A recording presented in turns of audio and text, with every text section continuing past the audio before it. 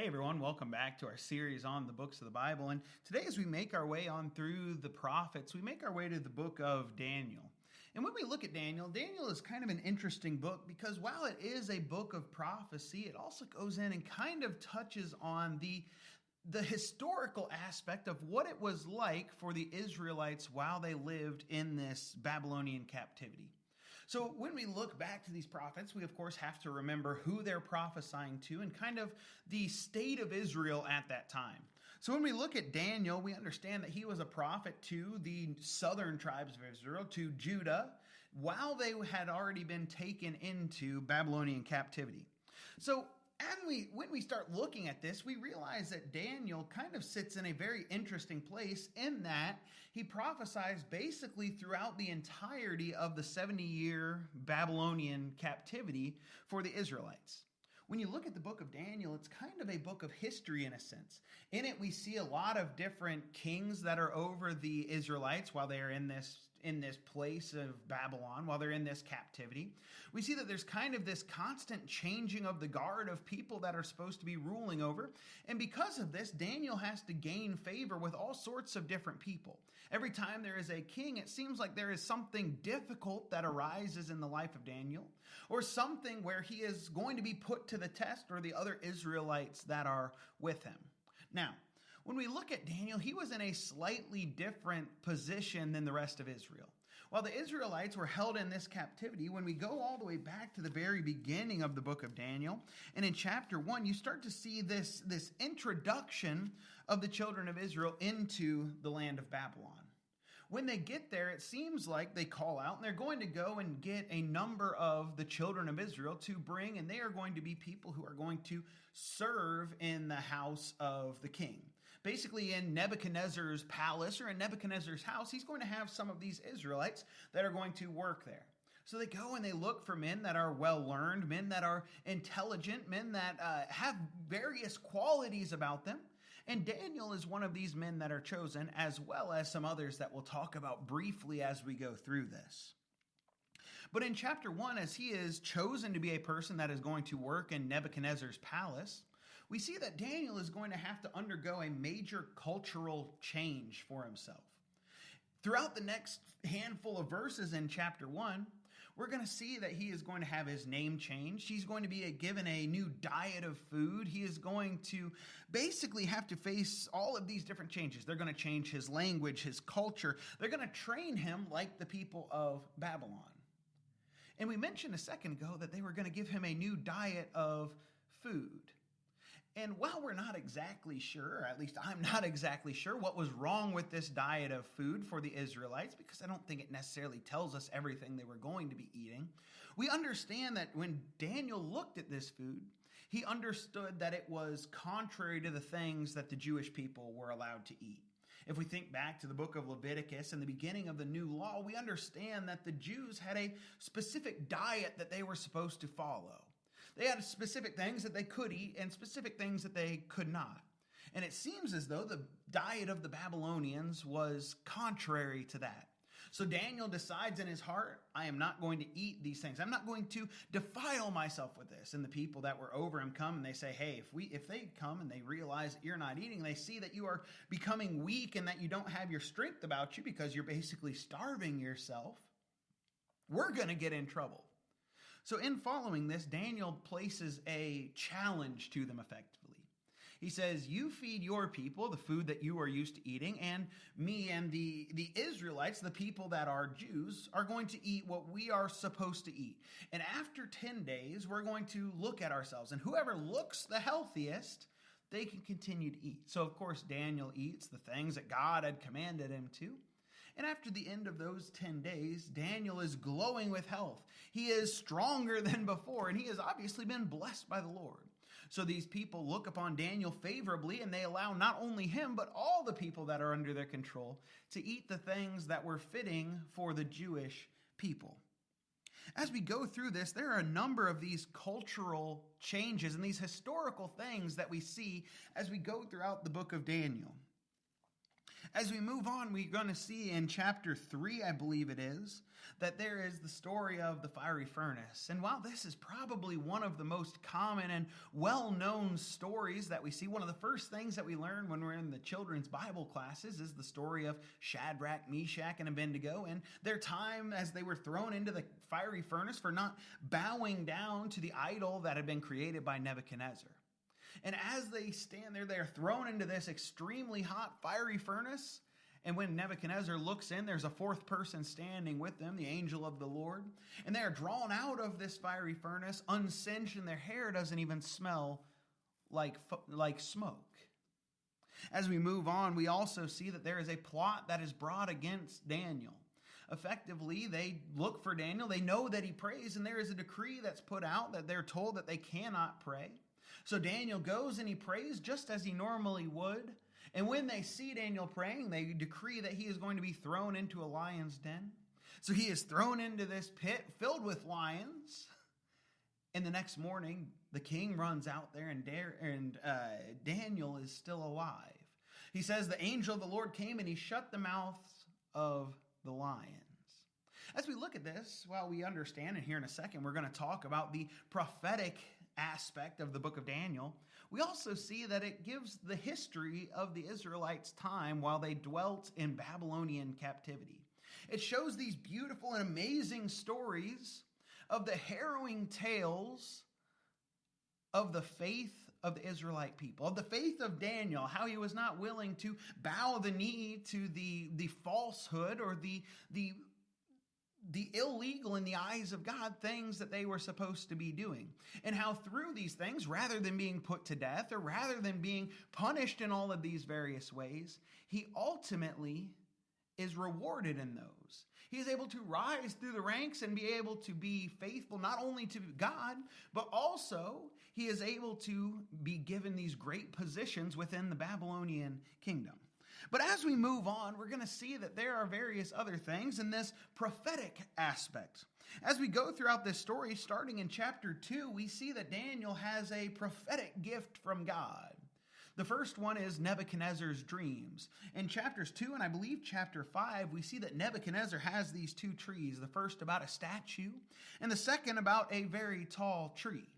And Daniel is the one who is able to go, and in the case of the first at least, he goes and he tells Nebuchadnezzar the king, as well, or Nebuchadnezzar his dream, as well as giving him the interpretation of it. As we move on, Daniel is the only one that is able to interpret Belshazzar's writing that is upon the wall. And then we see that there are a number of different visions that Daniel has. He has the vision of the four beasts, the vision of the ram and the goats, the vision of the prophecy, or his prophecy of the 70 weeks. As we go through it, this book is kind of a combination. And for the sake of time, we're not going to dive into all of these different prophecies because you could spend a lot of time on them. But I would encourage you to spend some time studying them because they are very beautiful. We are going to look at one here in a second.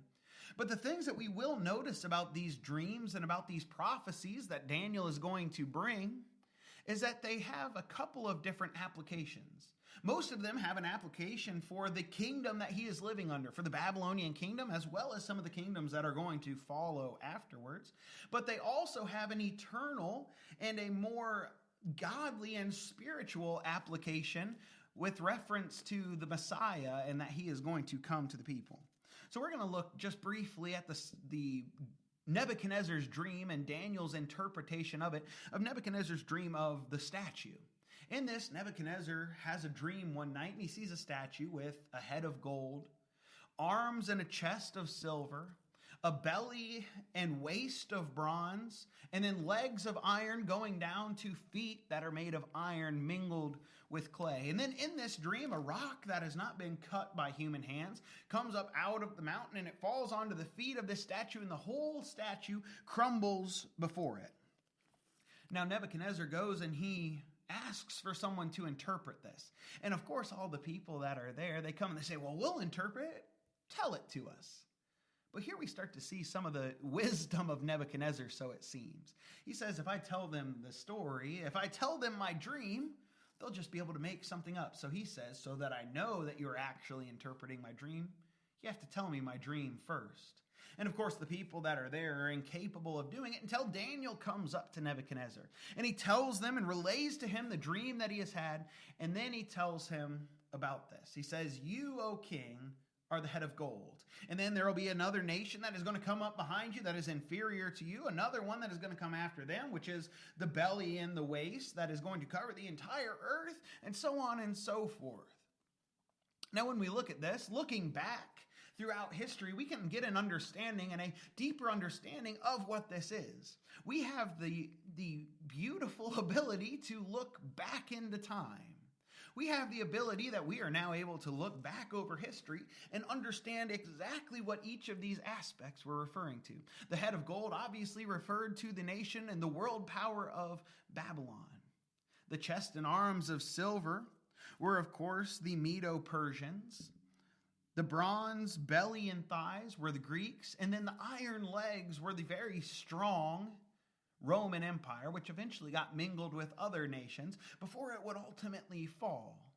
But then he goes on and he explains to them, this stone that you saw that was not cut with human hands, it is not a human institution, it is not a human nation that comes and falls and that crumbles into pieces all the rest and then grows to be something far bigger than any nation.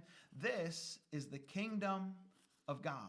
As we look at this today, we can look back over. We can see that exactly what Daniel prophesied fell exactly into place. That there were these four major world powers that led up to the establishment of the kingdom of God. When we look at Christ coming and him establishing his eternal kingdom, we understand that he did so under the rule of the Roman Empire, while they were this world power overall. All throughout this, there are all of these different prophecies that, as I mentioned already, we're not going to take the time to dive into, but they are beautiful prophecies that show us not only the eventual demise of the Babylonian kingdom, but ultimately the ultimate rise of the eternal heavenly kingdom that will be established in God. What a beautiful thing it is that we can look back into history, that we can see these prophecies that were made hundreds and hundreds of years before Christ is going to return, or Christ is going to come to this world, that tell exactly that Christ is going to come, when he is going to come, and how. I want to leave us with one final passage, and I want us to look into Daniel chapter 6. And we're going to read verses 25 through 27. And here we see King Darius. After we see that Daniel is saved from the lion's den, he makes this proclamation before the people. Starting in verse 25, it says, "Then King Darius wrote, to all peoples, nations and languages that dwell in all the earth, peace be multiplied to you. I make a decree that in every dominion of my kingdom, men must tremble and fear before the God of Daniel. For he is the living God, and steadfast forever. His kingdom is the one which shall not be destroyed, and his dominion shall endure to the end. He delivers and rescues, and he works signs and wonders in heaven and on earth, who has delivered Daniel from the power of the lions."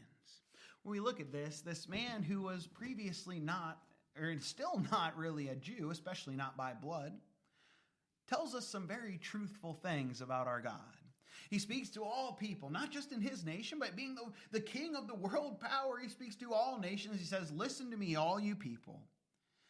You should tremble and fear before the God of David." Why? Because he is the one living God. We understand that the God that we serve is the only God, the one who is true and the one who is living still today. He is steadfast. He endures and continues the same forever. His kingdom is the one which shall not be destroyed. One of the themes that runs throughout the book of Daniel is that all kingdoms that are earthly will eventually fall. The Babylonian kingdom, as strong and as powerful as it was, eventually falls. The Roman Empire, as strong and as worldwide as it seemed to be, eventually fell. But the kingdom that God establishes is not one that can be touched with man's hands, not one that can ever be destroyed, one that is eternal, and that's the kingdom that we are able to belong to today. The book of Daniel is such an amazing book of both history as well as the prophecy that is tied in with it while the Israelites are in this Babylonian captivity. I hope that you've learned something and gained something from this today. And like I said, I hope that you dive into those prophecies that Daniel gives throughout this book, because there's so much for us to learn and so much proof that we can gain that builds upon and shows the accuracy of God's words and the prophecies that come before he even shows his hand. I hope that you will read the book of Daniel, study it more on your own. Thank you guys very much for watching with us. We'll see you next week.